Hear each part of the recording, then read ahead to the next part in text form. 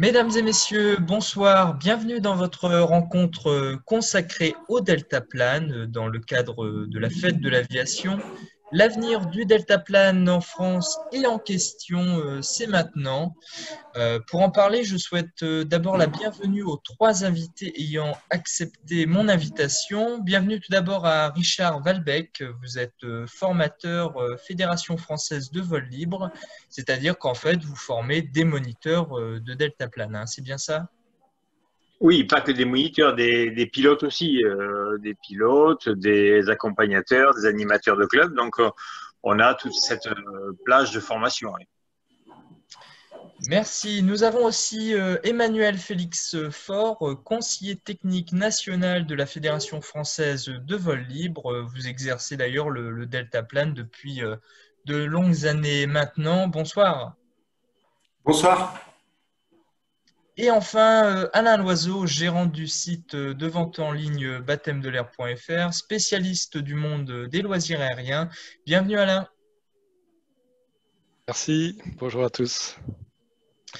Mais sans plus tarder, je vous propose d'entrer dans le vif du sujet avec ce thème, le deltaplane, qui remonte en fait à la naissance même du vol libre, hein. N'est-ce pas, Emmanuel Félix Faure? Est-ce que vous pouvez nous parler un petit peu de l'histoire de ce sport atypique?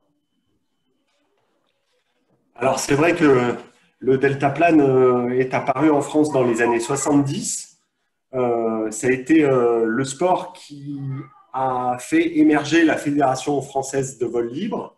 Donc, c'est grâce à cette activité que s'est constituée la fédération qui nous accueille aujourd'hui. Et puis après, c'est un sport qui, depuis ces années-là, n'a cessé d'évoluer petit à petit, d'évolution technologique, en progression des compétences humaines. Petit à petit, on est arrivé à faire des choses de plus en plus incroyables avec ces machines. Euh, et donc, petit à petit, arriver à faire de plus en plus de kilomètres, à se déplacer de plus en plus loin avec un deltaplane. Alors c'est vrai que le concept remonte pratiquement aux années 1800 et puis on se souvient de documentaires à la Nicolas Hulot qui ont vraiment démocratisé ce sport. Oui, oui, alors vous faites référence aux années 1800. On pourrait faire référence aussi à Monsieur Rogallo qui avait inventé ça. Mais c'est vrai que moi, je vous parlais des premiers vols en deltaplane de l'ère moderne, j'ai envie de dire, avec des décollages depuis une pente, tel qu'on le conçoit actuellement. Voilà. Alors finalement, on parle de deltaplane, mais qu'est-ce qu'un deltaplane concrètement? On a tous une image un petit peu plus ou moins précise, mais est-ce qu'on peut parler un peu plus technique? Et puis là, je m'adresse tout naturellement au formateur de moniteur que vous êtes, Richard Valbec. Oui, ben, globalement, un deltaplane, c'est un aéronef qui plane, qui n'a pas de moteur, qui a une forme globalement en forme de boomerang, hein, et avec une surface globalement d'une quinzaine de mètres carrés et qui permet de faire voler des personnes avec, euh, avec des angles de planée qui montent jusqu'à à peu près 15, c'est-à-dire qu'avec 1000 mètres de dénivelé, vous pouvez planer sur 15 km, un taux de chute de 1 mètre seconde, ce qui vous permet d'exploiter un peu les conditions de vol courantes et permettent de faire des circuits, des promenades dans l'air de plusieurs heures. Et c'est un pilotage pendulaire, c'est un pilotage sans gouverne, en tous les cas pour les deltas de classe 1, sans gouverne, c'est-à-dire que c'est le déplacement du poids du pilote qui va engendrer la mise en mouvement du, du delta en roulis et en tangage. Donc un pilotage un petit peu particulier. Puis c'est vrai qu'un peu à la manière des avions, on trouve à la fois des monoplaces et puis également des biplaces. Oui, oui, oui, on peut effectivement voler en biplace aussi en delta. Généralement, c'est côte à côte. Ça peut être aussi un sur l'autre dans des vols en remorqué derrière ULM ou éventuellement en tracté. mais c'est plus rare. Généralement, on vole en tandem, un à côté de l'autre. Alors, le vol classique débute d'abord à pied, hein, parce que les décollages et les atterrissages se font à pied, pardon. Et d'ailleurs, une personne qui pratique le deltaplane, on appelle ça un vélideltiste, si je ne me trompe pas. Un deltiste, on va courir, on va résumer le mot à deltiste, tout simplement, on dit, entre nous en tout cas. Alors, ce sport, où se pratique-t-il majoritairement? Parce qu'on sait que, par exemple, si on prend l'exemple du cadre du vol à voile ou du parapente, on y reviendra d'ailleurs, mais il y a des endroits un petit peu plus propices que d'autres à la pratique de ce sport. Alors, il y a des lieux, effectivement, où des zones, toutes les zones montagneuses sont effectivement un petit peu plus propices à la pratique. Simplement, de par la facilité de décoller d'une montagne. Après, toutes les zones de plaine sont aussi des zones très, très favorables au vol, à partir du moment où on se met en l'air grâce à un treuil ou à un ULM qui nous remorque. Alors, Emmanuel Félix Faure, je peux pas m'empêcher de vous poser la question, mais est-ce que c'est un sport dangereux finalement? Parce que on représente bien souvent d'ailleurs les sports aériens comme des sports à risque, hein. On parlait de sports extrêmes souvent il y a encore quelques années pour qualifier ces sports-là. Mais qu'en est-il vraiment du delta, Emmanuel Félix Faure?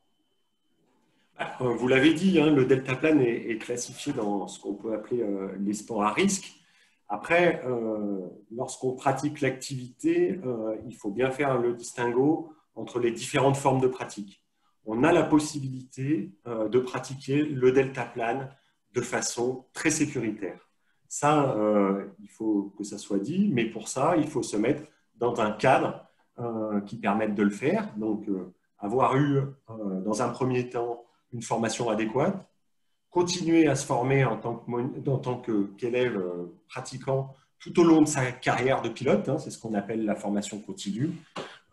Il faut travailler à la bonne adéquation entre son niveau de pilotage et l'aile, le niveau de l'aile qu'on utilise, et tout ça en volant dans des conditions météorologiques qui sont aussi adaptées à notre niveau, hein, parce que plus les conditions météorologiques sont difficiles, plus on doit avoir de l'expertise et de l'expérience pour pratiquer. Donc, si on respecte l'ensemble d'une progression et d'une procédure pour pratiquer, on est clairement dans une activité, un sport qui n'est pas si accidentogène, ou au moins pas plus que peuvent l'être d'autres sports qui sont pratiqués dans la montagne, comme le VTT, mais ou la randonnée pédestre, ou le kayak, ou d'autres sports de nature, j'ai envie de dire. Le tout étant de connaître évidemment l'environnement dans lequel on évolue, et puis le ciel, ça peut être un environnement hostile, évidemment. Alors, évidemment, toute la partie analyse météorologique, le cadre dans lequel on évolue, et vous le savez, pour pratiquer des sports aériens, c'est quelque chose de mouvant, quelque chose qui n'est pas facilement identifiable, qui demande beaucoup d'expérience pour être appréhendé correctement. Et souvent, les accidents sont dus à des méconnaissances liées à cet environnement qu'on a du mal à appréhender, j'allais dire, à maîtriser. Voilà, donc c'est clair que ça demande de la patience dans l'apprentissage. On n'a pas le droit de griller des étapes lorsqu'on pratique le deltaplane, et on doit rester intéressé tout au long de sa vie de pilote pour continuer à se former, continuer à progresser et de fait donc diminuer les risques. Alors, il est vrai qu'à vous écouter depuis le début, et puis d'ailleurs, quand on côtoie un petit peu ces cadres aéronautiques, on le sait bien, mais tout comme il y a un esprit quand on pratique du vol moteur, par exemple, il y a aussi un esprit deltaplane. Et puis là, je me tourne vers vous, Alain Loiseau, puisque vous connaissez bien, pour le coup, les loisirs aériens et plus particulièrement le grand public là-dessus. Quel accueil est réservé à ce sport auprès du grand public? Est-ce que c'est un sport qui, en général, plaît et quels sont les retours que les gens peuvent en avoir? Alors nous, on a un excellent retour du grand public au sujet du deltaplane. Le deltaplane a une image de marque, alors ça vient probablement du fait que c'est arrivé avant le parapente, mais tout le monde connaît le deltaplane et tout le monde veut l'essayer. Même les personnes qui font appel à nous pour trouver un prestataire de parapente reviennent pour découvrir le deltaplane parce qu'ils comprennent bien que le deltaplane, ce sont des sensations différentes ou complémentaires. Et donc, il y a un engouement du public assez important pour le deltaplane. Pour vous donner un chiffre, on a, nous, sur nos offres, sur le site Baptême de l'air, 1,5 fois plus de demandes pour des vols en deltaplane que de demandes pour des vols en parapente. Bon, évidemment, c'est dû au fait qu'on a plus de concurrence sur la vente des vols en parapente, mais malgré tout, ça vous donne une idée du fait que les gens qui sont en recherche d'expérience, parce que c'est un petit peu la population d'aujourd'hui qui est en recherche ce sont des collectionneurs d'expérience un petit peu, donc ils vont faire une découverte du parapente un jour et une semaine après ils vont revenir pour découvrir le deltaplane ou réciproquement. Donc oui, un fort engouement et c'est une des raisons pour lesquelles nous on souhaite absolument encourager le développement de cette discipline qu'on trouve formidable. Moi, voilà. Moi, à titre personnel, en tant qu'ancien vélivole, je suis fanat. Voilà. Merci Alain pour ces informations. Alors, c'est vrai que derrière toute activité comme le deltaplane se pose aussi la question des pratiquants et puis également de leur renouvellement au fur et à mesure du temps. Et puis là, par rapport à ce sport, eh bien, on constate que le deltaplane à une pratique qui, au fur et à mesure du temps, baisse. Il est un petit peu éclipsé dans le paysage des loisirs aériens. Pour introduire et illustrer mes propos, Philippe Stéger, pilote expérimenté de Delta et proche du comité Delta de la Fédération française de vol libre, s'exprime à ce sujet. On l'écoute tout de suite. Depuis 1982, donc j'ai ce petit recul qui me permet de voir à partir effectivement de quelles années on peut dire que les deltistes se font rares sur les sites de décollage. Et je pense que c'est aux alentours des années 95-2000. Et on peut avoir deux approches principales à mon sens. Encore une fois, ce que je dis ne concerne que ma façon de voir les choses, un pilote parmi tant d'autres. La première approche est une approche européenne ou mondiale, et on se demande si dans les autres pays, effectivement, il y a eu ce recul du deltaplane en termes d'adhérents et de pratiquants. Effectivement, dans tous les pays européens, il y a eu ce recul, mais moindre, nettement moindre. Et il y a eu très peu de recul dans des pays comme l'Australie ou les États-Unis. Donc, il y a, c'est la deuxième approche, une spécificité française.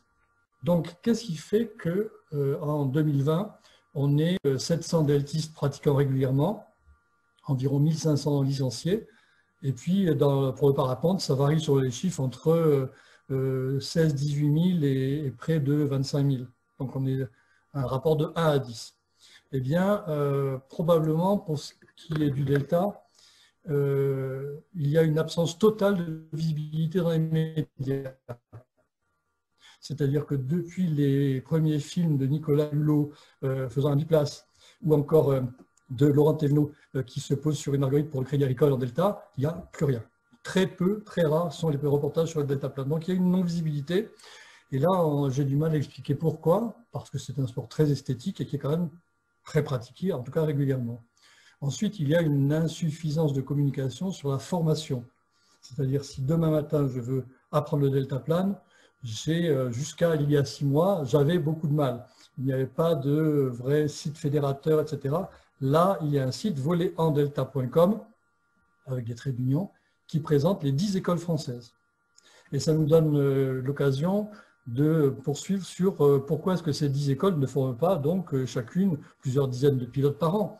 Eh bien parce qu'il n'y en a que 3 qui sont vraiment efficaces. 2 grandes écoles, Millau et Annecy, une école qui est très dynamique aussi, Saint-Hilaire, et puis 7 autres écoles qui sont des petits clubs qui font le travail de rassemblement, de bénévoles, etc., et qui n'ont pas forcément un volant de formation suffisant pour former plusieurs dizaines de pilotes par an.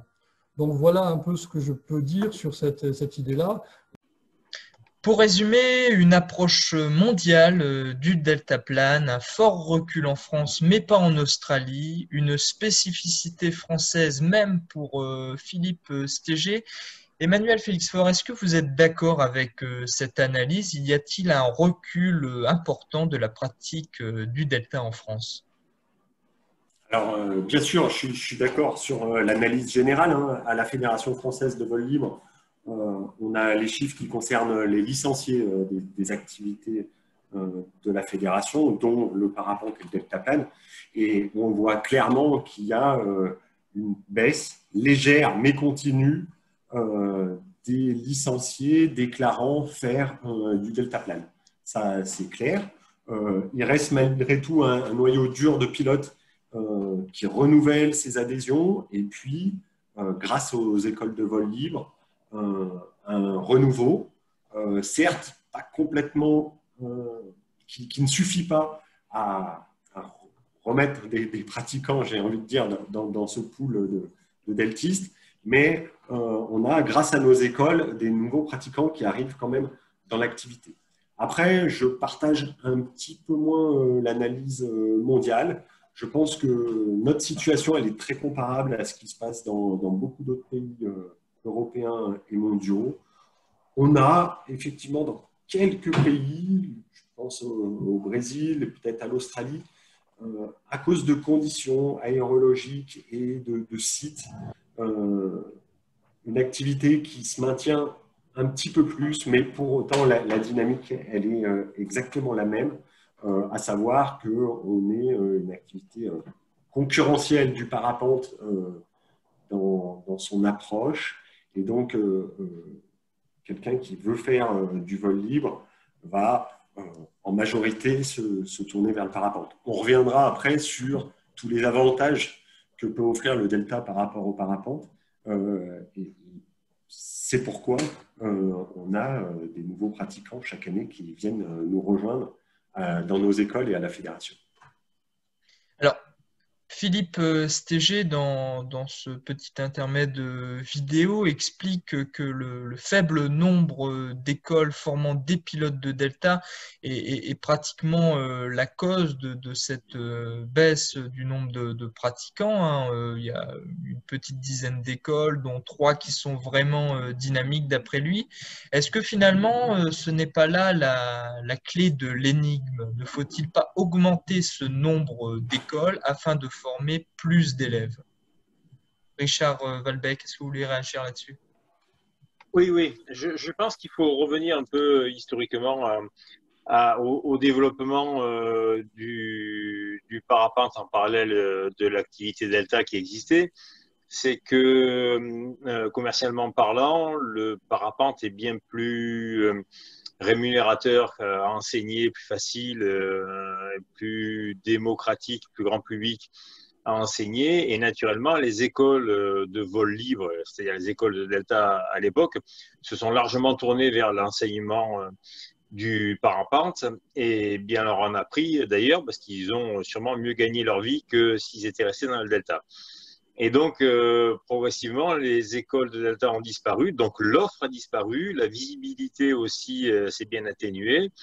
Et naturellement, les gens, l'image du delta dans le grand public disparaît doucement au profit du parapente, qui vraiment, de mon point de vue pratique, est plus simple.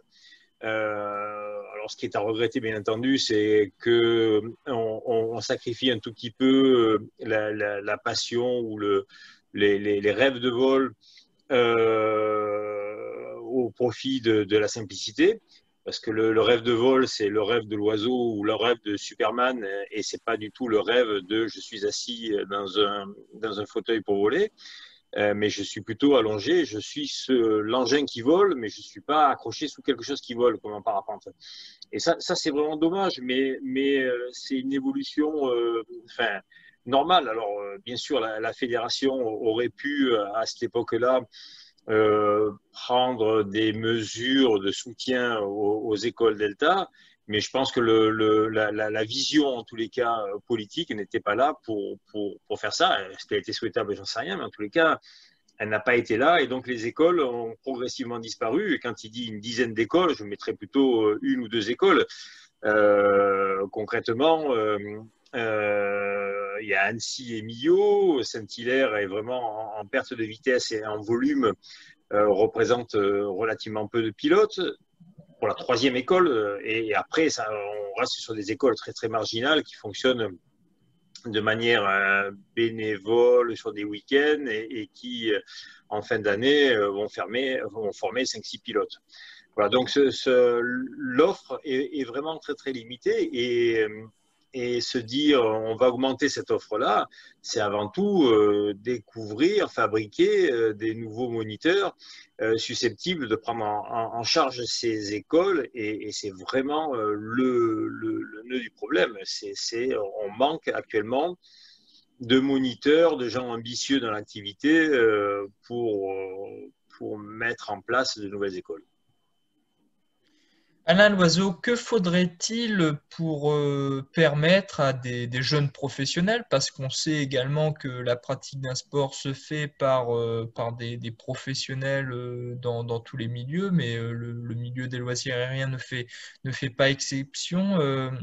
Y a-t-il vraiment, est-ce que c'est rentable pour un jeune professionnel qui souhaiterait s'installer et vivre du deltaplane de le faire aujourd'hui? Voilà, alors moi j'ai un point de vue à donner là-dessus qui est celui du revendeur en contact avec la clientèle. Alors, en fait, pour moi, la solution pour le Delta, c'est de le valoriser à la hauteur de la demande qui est forte et à la hauteur de ses qualités. Je pense qu'il faut, lorsque l'on choisit un tarif, alors moi je parle baptême de l'air, hein, je parle ce premier vol qui est le point d'entrée pour toute personne qui va peut-être un jour poursuivre dans une discipline ou pas. S'il ne poursuit pas, il nous reste utile malgré tout parce qu'il va devenir une forme d'ambassadeur de la marque en parlant de votre discipline malgré tout. Donc, on a toujours intérêt à faire un maximum de vols d'initiation, de vols découverte. Alors, je parlais de la valorisation du deltaplane. Comme vous le disiez tout à l'heure, le deltaplane a une mise en œuvre plus longue. Et par conséquent, il coûte plus cher, ou plutôt il rapporte moins à même quantité de temps. Dans une journée, il y a moins de vols. Et donc, il faut le valoriser différemment. Il faut augmenter, pour parler directement, il faut augmenter le tarif naturellement. Et mon expérience au contact de la clientèle d'aujourd'hui, parce que comme vous le savez, avec Internet, il y a une véritable révolution qui s'est effectuée concernant nos modes de consommation. Eh bien, c'est que la clientèle d'aujourd'hui est consommatrice d'expériences. C'est comme ça qu'ils viennent découvrir nos activités. Et ces expériences, ils sont prêts à les payer au prix qu'il faut Nous, on a par exemple des gens qui sont prêts à payer, enfin, ils se le font offrir en fait par leur famille généralement, qui se groupent. Mais par exemple, un vol en Extra 330, qui est un avion de compétition de voltige, ça peut aller par exemple à 450 € pour 10 minutes de vol. Il y a évidemment plus connu tous les gens qui sautent en parachute tandem et qui vont payer suivant les centres entre 240 et plus de 300 €, et je ne compte même pas la vidéo. Donc ces gens-là, l'argent n'est pas exactement ce qui gêne. Et donc, si vous voulez, je pense que tout est une question de calcul du seuil de rentabilité. Il ne faut pas faire le même calcul que dans le parapente. Il faut tenir compte du coût de production qui est plus élevé dans le cas du Delta A, et donc fixer un seuil de rentabilité un petit peu plus élevé, avec une petite marge de sécurité. Et à ce moment-là, ça devient un métier de niche qui peut être économiquement très viable. On prenait tout ce qui est rare se valorise. Les sacs Vuitton sont très rares et ils sont très très chers. Il y a un modèle économique dont ce qui est rare est cher. Et je sais que c'est un petit peu, peut-être parfois un peu difficile pour nous, passionnés, de parler avec ces termes-là. Moi-même, je me reconnais à peine, mais en tout cas, il y a un marché pour un jeune professionnel. Alors par contre, je comprends, et ça, on va passer la parole, je comprends que ce n'est pas forcément évident pour un jeune au niveau de l'accès à la profession, de trouver le parcours de formation adapté pour une carrière dans le Delta. Là, je vous laisse peut-être. Oui, moi je peux compléter en souscrivant clairement aux propos d'Alain sur la question des tarifs. Et je pense même que l'évolution de nos tarifs, et on va parler du biplace principalement parce que c'est là où c'est le plus criant, pourrait mieux valoriser notre activité vis-à-vis de son concurrent direct, le parapente. On est pour le moment, et même dans les plateformes de vente en ligne, comme dans les écoles d'ailleurs physiques, noyé dans l'offre de biplace parapente et d'augmenter largement les tarifs pour en faire un produit qui soit complètement différent et plus directement concurrentiel, ça pourrait plutôt nous servir que nous desservir pour marquer notre différence. Voilà. Après, sur la question de la rémunération globale de ce que peut attendre un moniteur, on est quand même sur comment dire, un diplôme et un métier qui permet de vivre de façon, en tout cas à l'heure actuelle, de façon saisonnière. Les écoles telles qu'elles fonctionnent actuellement, et même en faisant un parallèle avec comment elles pourraient fonctionner en faisant évoluer leur offre, auront toujours des difficultés à tourner de façon pérenne sur une année. La majorité des moniteurs de parapente ont une biactivité avec un second métier pendant l'hiver, mais ce n'est pas du tout embêtant. Au contraire, le travail saisonnier, c'est quelque chose qui peut être très riche. Et je pense que pour un moniteur de deltaplane à l'heure actuelle, c'est comme ça qu'il faut l'appréhender, en faisant peut-être plus de la moitié de son chiffre d'affaires avec l'activité de moniteur l'été, mais concevoir que d'avoir un second métier sur l'hiver ou sur les intersaisons, ça peut permettre de vivre convenablement pour une famille, hein, j'entends. Alain Loiseau parlait de rareté, mais ceux qui se font de plus en plus rares également, ce sont les instructeurs. Hein. La question des instructeurs se pose. Si l'on veut former la relève des pilotes, il faut des instructeurs pour les former et perpétuer cette pratique. Or là aussi, on s'aperçoit un petit peu en explorant les parcours que c'est tout un parcours du combattant. On parle de formation relativement lourde, qui coûtent aussi relativement cher et qui prennent pas mal de temps. Richard Valbeck. Oui, enfin, je la sens pas forcément lourde et trop chère, cette formation. Je pense avant tout qu'on a à la base un manque tout simplement de pilotes. Avant d'être moniteur, il faut être pilote, pilote d'un certain niveau ou en tous les cas avoir un bon volume de pratique pour enchaîner ces formations. Une formation sur 2 ans pour faire moniteur, avoir un diplôme d'État, me semble pas excessif. Par contre, voilà, c'est avant tout les pilotes qui nous manquent et les pilotes et en plus qui veulent s'engager dans cette activité-là.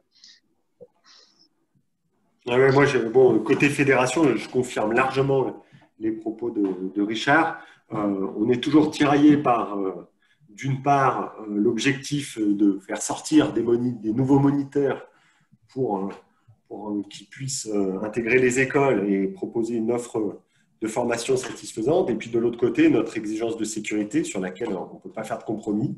Et donc, le schéma actuel, avec 2 ans de formation, non pas à plein temps, hein, mais de façon modulaire, 2 années de formation, ça nous paraît être une moyenne qui permet d'avoir un moniteur qui a toutes les compétences pour faire évoluer ses élèves en sécurité et proposer du biplace en sécurité aussi.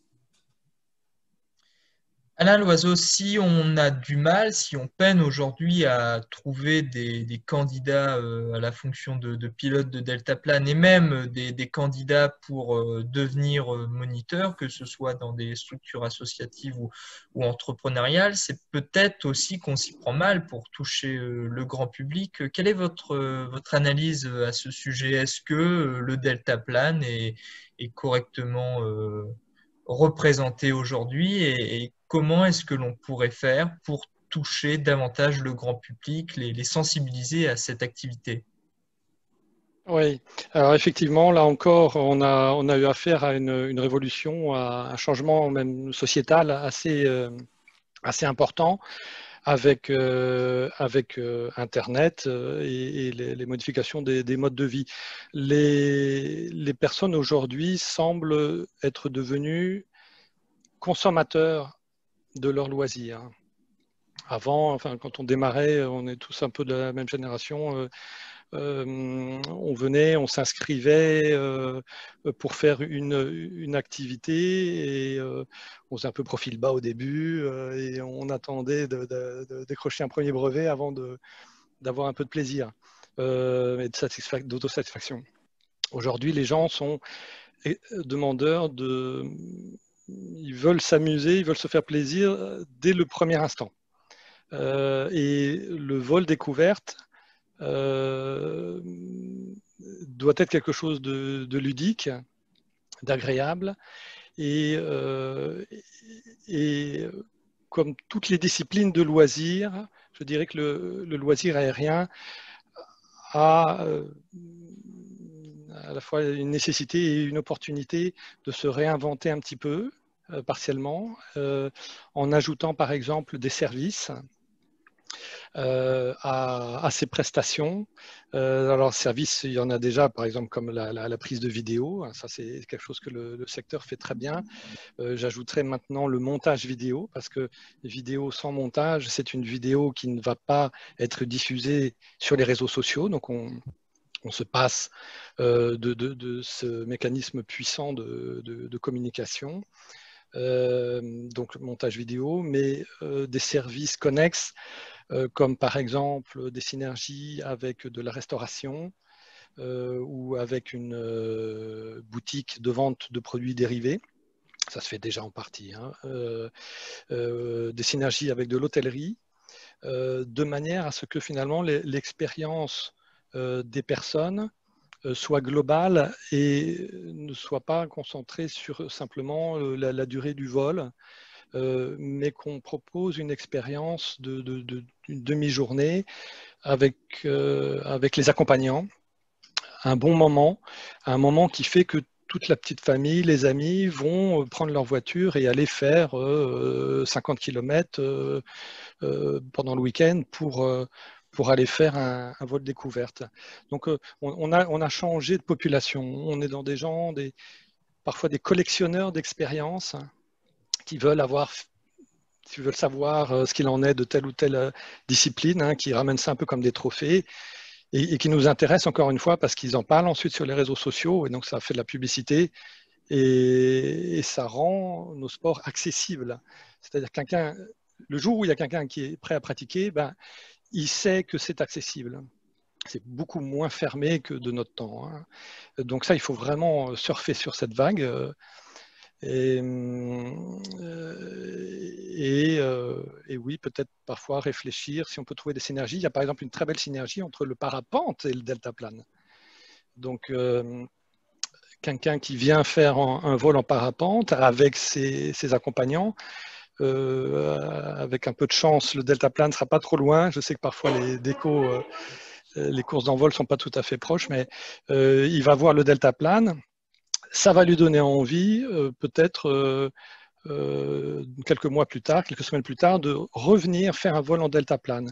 Donc au final, pour le même coût d'acquisition client, si on veut parler comptabilité, vous avez 2 vols au lieu d'un. Vous divisez par 2 le coût d'acquisition client. Sans compter le bouche à oreille, l'effet de buzz à chaque fois avec les accompagnants qui viennent.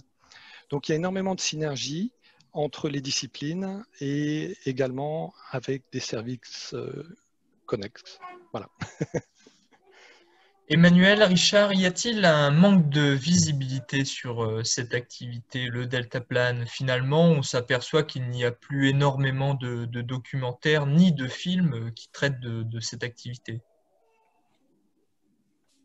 Ouais, moi, je voulais juste rebondir sur les propos d'Alain et l'inviter à venir sur la formation des futurs moniteurs professionnels pour leur faire un petit cours de marketing.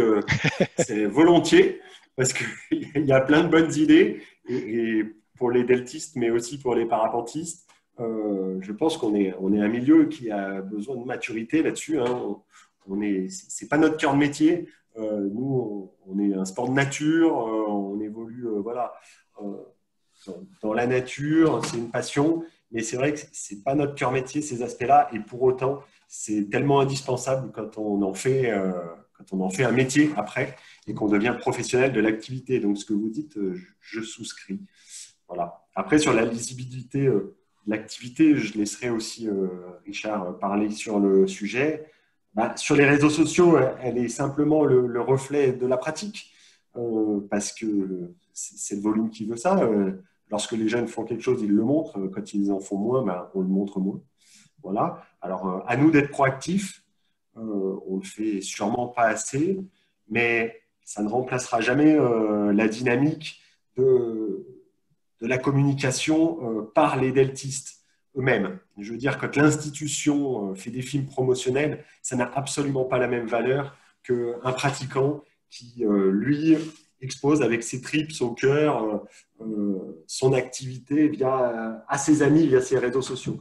Et là, voilà, c'est la différence entre une publicité à la télé et puis un ami qui essaie de promouvoir un objet à son entourage via les réseaux sociaux. C'est différent. Alors, Richard, sur la lisibilité de notre activité, bon. Oui, enfin, de toute façon, effectivement, les réseaux sociaux sont capitaux pour diffuser l'image de notre activité. On doit effectivement travailler plus peut-être sur cette autopromotion autour des réseaux sociaux qu'on peut faire. Et j'ai noté l'idée de monter les vidéos, Ça m'a donné l'idée lors de stages, de effectivement compiler des vidéos pour raconter l'histoire des semaines d'apprentissage. Mais c'est du travail supplémentaire, travail de prise de vue, travail de montage. Et il faut arriver à trouver les personnes qui sont capables de faire ce travail-là. Et ça, c'est pas évident. Messieurs, avec votre expérience, votre recul, on n'en est tout de même pas là, mais que faudrait-il faire pour sauver le deltaplane aujourd'hui en 2020 et redonner un réel coup de boost dans le temps à cette discipline?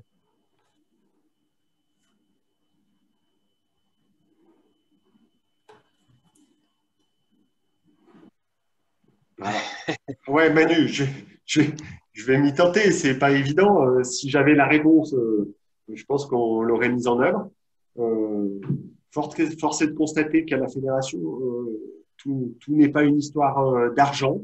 C'est avant tout une histoire humaine et une histoire des gens qui portent le deltaplane et cette activité, que ce soit les élus qui essayent de structurer cette activité, les moniteurs qui enseignent, les formateurs qui essayent de recruter des nouveaux professionnels ou des nouveaux cadres, en tout cas associatifs, pour développer la discipline. Voilà, l'argent ne fera pas tout. Ça c'est le premier élément. Par contre, on a besoin de gens qui s'investissent pour promouvoir notre activité. Et clairement, tant qu'on reste dans une logique de consommation, c'est-à-dire je viens, je pratique et je m'en vais, on n'arrivera pas à inverser la tendance et à former de plus en plus de pratiquants.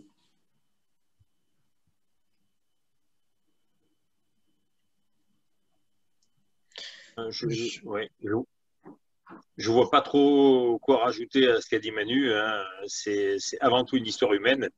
Et les histoires humaines, pour le moment, elles manquent un tout petit peu de dynamisme dans notre activité d'enseignement. On est une petite poignée de moniteurs à faire tourner les écoles. Et le renouvellement de cette poignée de moniteurs est vraiment très, très difficile. Et je pense que c'est vraiment le point essentiel, hein. C'est tomber sur les bonnes personnes, les bons poulains qu'on arrive à porter jusqu'à leur autonomie et leur ambition, en tous les cas, d'avancer dans l'activité.